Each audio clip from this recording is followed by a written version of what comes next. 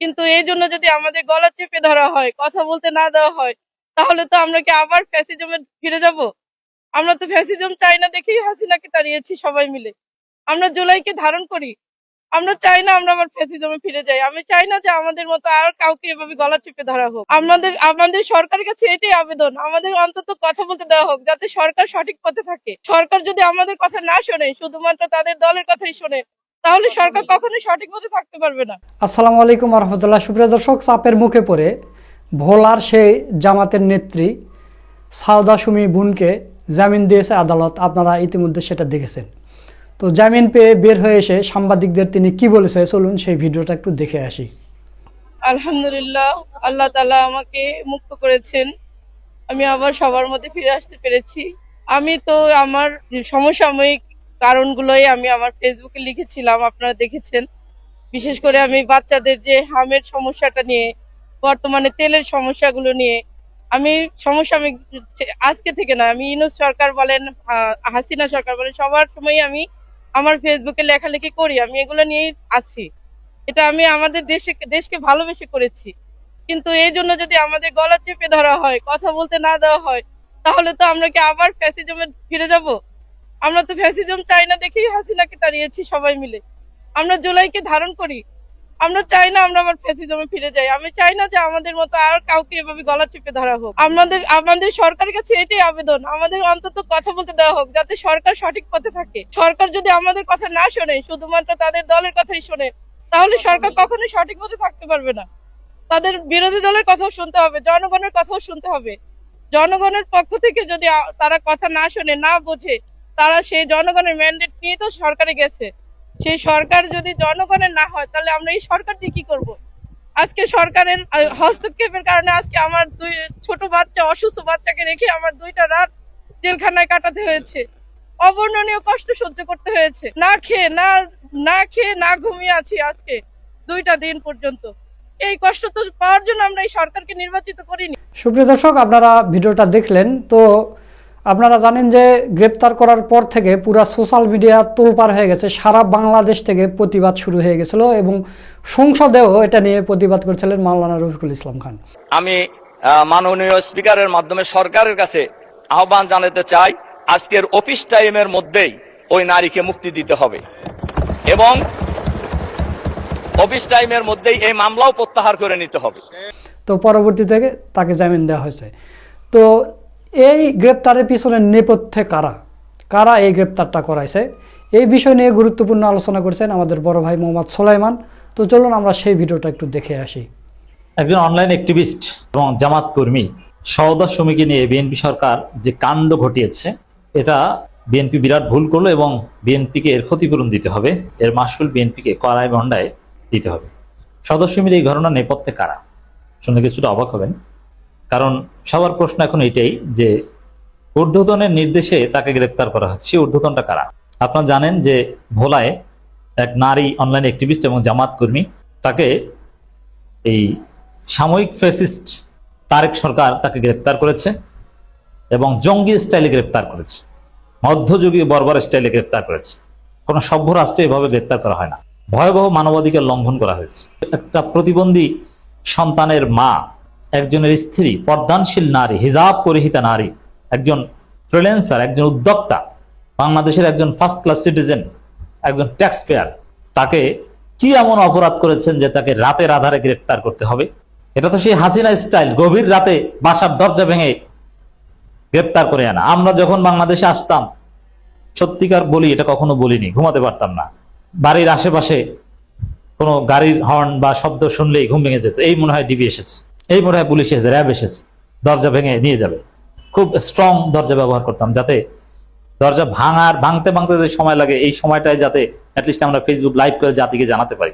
নইলে মুহূর্তের মধ্যে ভেঙে সু করে নিয়ে যাবে, তারা তো স্বীকারও করবে না, গুম করে ফেলবে। আর জাতি জানলে গুম করতে পারবে না। এতটা ভয়াবহ অবস্থা ছিল। প্রত্যেকে যারা অনলাইনে লিখতেন, কথা বলতেন, আওয়ামী লীগ বিরোধী কাজ করতেন, সবার মধ্যে আতঙ্ক ছিল এবং আমাদেরকে পুলিশ ফলো করতেন। এয়ারপোর্টে অনেক সিস্টেমে যাতায়াত করতে হতো। সেটা ছিল দুঃসহ অভিজ্ঞতা।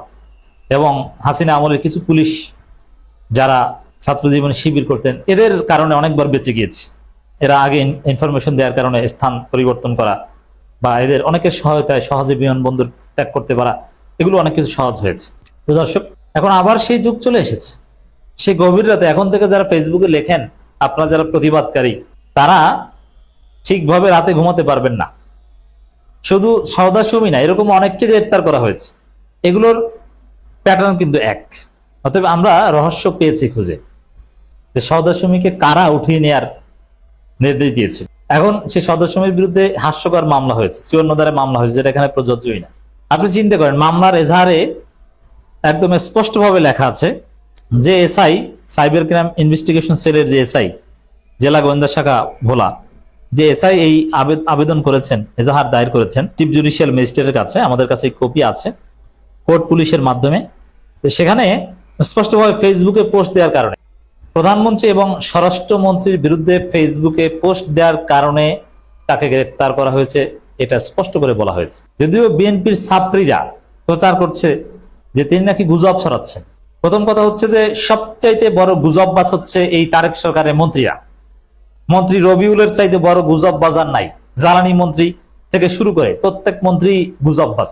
বাংলাদেশে ভয়াবহ জ্বালানি সংকট, আর এই গুজববাজ মন্ত্রীরা বলে যে কোনো সংকট নাই। বাংলাদেশে সড়কে এত প্রাণ হারায়নি নিকট অতীতে, বলে যে কিছুই হয়নি। 150 কোটি টাকার মতো বেশি ভাড়া আদায় করা হয়েছে, বলে যে ভাড়া বেশি নেয়নি, কম নিয়েছে। এর চাইতে বড় গুজববাজ মন্ত্রী আর মন্ত্রী কারা হতে পারে?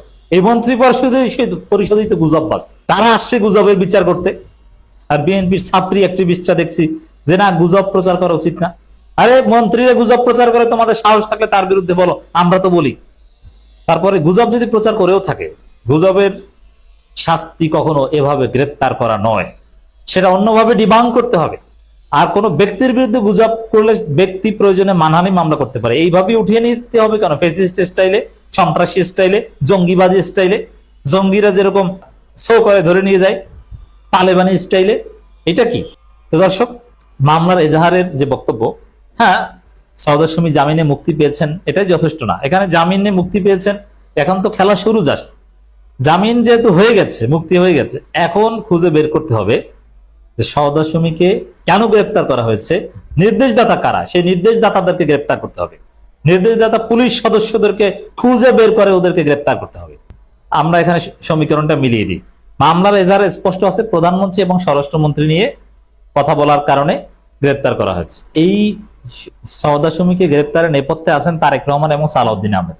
তারেক রহমানের সিনেমা দেখতে যাওয়া নিয়ে প্রশ্ন তুলেছেন ভদ্র ভাষায়, কিন্তু বিএনপির ছাত্রী অ্যাক্টিভিস্টরা বলছেন যে এখানে নাকি অরুচিশীল ভাষা প্রয়োগ করেছেন। প্রথমে বলি, দেখেন, গুজব এবং অরুচিশীল ভাষা এর বিরুদ্ধে আমরা অবশ্যই সমালোচনা করব, কঠিন সমালোচনা করব, কিন্তু মিথ্যা দিয়ে নয়, এবং অরুচিশীল বা কুরুচিপূর্ণ কোনো গালাগালি দিয়ে নয়। হ্যাঁ, রেটরিক হিসেবে কিছু গালাগালি, কিছু ফানি কথাবার্তা হতে পারে, বাট লিমিট ক্রস নয়।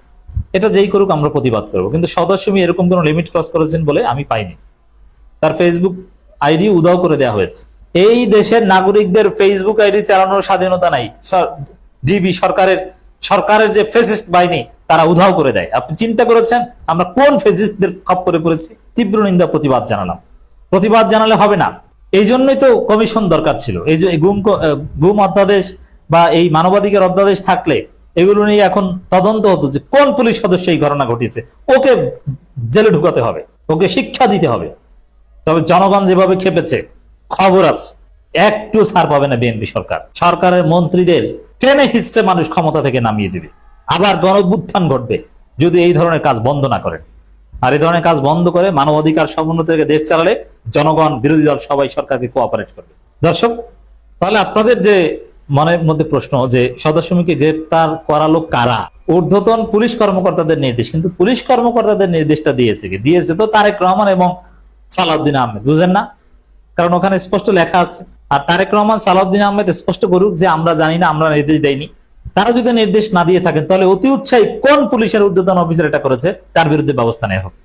অবশ্যই শিশির মনিরা যেভাবে খেপেছেন, ব্যবস্থা নিতে হবে। এখানে জামিন কোনো সমাধান নাই, ক্ষতিপূরণ দিতে হবে এবং যারা এই অন্যায় ঘটিয়েছে তাদের বিরুদ্ধে ব্যবস্থা নিতে হবে। দেখেন, এখানে ওই সওদা সুমি নারীর একটা পোস্ট ছিল যে আমি ভেবেছিলাম যে, একটা ফটোকার্ড শেয়ার করে লিখেছেন যে ভেবেছিলাম যে মেয়ের জামাইকে নিয়ে সিনেমা দেখতে গেছেন। ওটা অনেকেই ওই ফটোকার্ড দেখে ভেবেছিল, আমরাও অনেকে ভেবেছিলাম হয়তো, কারণ ওখানে মেয়ে জাইমা ওটাকে অনেকে মনে করেছিল মেয়ে জামাই। যেমন ছাত্রদলের সভাপতি দেখে যে কোনো একজন অপরাধী তেল মজুদকারী তার জামাই সহ, মেয়ের জামাই সহ ধরা পড়েছে, বা মেয়ের জামাই বাড়িতে তেল মজুদ করেছে। ওইটা পত্রিকায় গেছে, ওই যে জামাতা, জামাইকে জামাতা বলে না, জামাইয়ের শুদ্ধ ভাষায় জামাতা, ওই জামাতাকে ছাত্রদলের সভাপতি করেছে যে জামাত, জামাতাকে জামাত বলে রিড করে, এরকম ভুল হয়। যেমন আমরা ইন্টারমিডিয়েট অনেকেই, অধিকাংশ স্টুডেন্ট প্রথম প্রমথ চৌধুরীকে প্রথম চৌধুরী বলতাম, আমি নিজেও পড়েছি, অথচ পরবর্তীতে আমি প্রথম প্রমথ চৌধুরী ভক্ত। তো এরকম ঘটনা ঘটে। তো এইটা কোনো অপরাধ, এই জন্য গ্রেপ্তার করা লাগবে? এর কুল কিনারা, এর শেষ জনগণ দেখেছে। সুপ্রিয় দর্শক, আপনারা সোলাইমান ভাইয়ের ভিডিও সহ পুরো ভিডিওটা দেখলেন। তো সব মিলিয়ে আজকের ভিডিওটা আপনাদের কাছে কেমন লেগেছে? যদি ভালো লাগে ভিডিওটা শেয়ার করবেন, লাইক করবেন। সকলকে ধন্যবাদ। আসসালামু আলাইকুম ওয়া রাহমাতুল্লাহ।